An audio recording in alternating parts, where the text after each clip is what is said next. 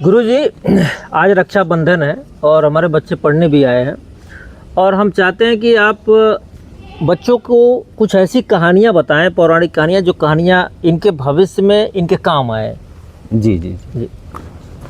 नमस्कार बंधुओं। रक्षाबंधन का जो त्यौहार है बड़ा ही पावन और पवित्र त्यौहार है।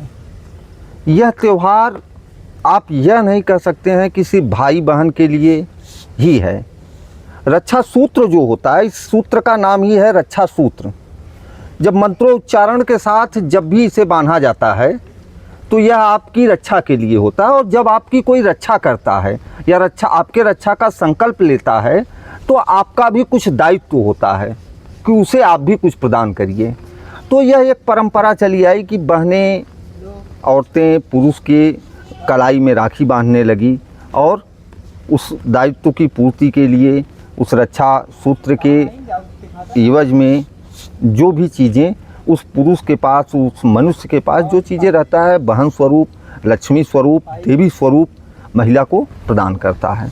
तो सबसे पौराणिक कहानी जो है मास्टर साहब जी, जो सबसे पौराणिक कहानी है वह महाराजा बलि और माता लक्ष्मी की है। भगवान श्री हरि विष्णु को बलि जो है अपने यहाँ बंधक बना के रख लिए थे। वह वैकुंठ धाम जाने के लिए उनको छोड़ ही नहीं रहे थे। माता लक्ष्मी बहुत ही विवश थी, बहुत ही परेशान थी। बहुत दिनों तक, सैकड़ों हजारों वर्षों तक प्रयास होता रहा कि किसी तरह महाराज बलि भगवान विष्णु को मुक्त कर दें, पर कोई रास्ता निकलता हुआ न देख माता लक्ष्मी ने एक ब्रह्माणी का रूप धारण किया और महाराज बलि के यहाँ आई और उन्होंने मंत्रोच्चारण के साथ एक रक्षा सूत्र महाराज बलि के हाथ में बांधा। और महाराज बलि के हाथ में जब वह रक्षा सूत्र बांधा गया तो बलि ने कहा कि आपने इतनी बड़ी सौगात हमें दी है, यहाँ ये चीज़ क्लियर कर लीजिएगा, यह चीज़ जान लीजिए, जब रक्षा सूत्र जो बांधता है वह आपको अस्वस्थ करता है कि मेरे द्वारा आपकी रक्षा की जाएगी। जो आप लोग सोचते हैं कि बहन आपके हाथ में राखी बांध रही है तो आप उसको अस्वस्थ कर रहे हैं, ऐसा नहीं होता है। यह है कि साल में एक बार बहन आपके हाथ में राखी बांध के आपको यह आश्वस्त करती है कि आपकी रक्षा मेरे द्वारा हर एक तरीके से होती रहेगी। पानी तो सही। तो माता लक्ष्मी ने जब रक्षा सूत्र जो है बलि के हाथ में बांधा तो महाराज बलि ने कहा कि बहन मैं आपको क्या दे सकता हूँ, मैं क्या देने लायक हूँ। तो महाराज बलि से माता लक्ष्मी ने कहा कि आप एक काम करिए, भगवान श्री हरि विष्णु को मुक्त कर दीजिए, क्योंकि ब्रह्मांड के संचालन की जिम्मेदारी उनके ऊपर है और वह संचालन कार्य व्याधित पड़ा हुआ है। तो पहली कहानी तो यह है जो रक्षाबंधन के संदर्भ में है, और रक्षाबंधन की उत्पत्ति भी महाराज बलि और माता लक्ष्मी से ही हुई है।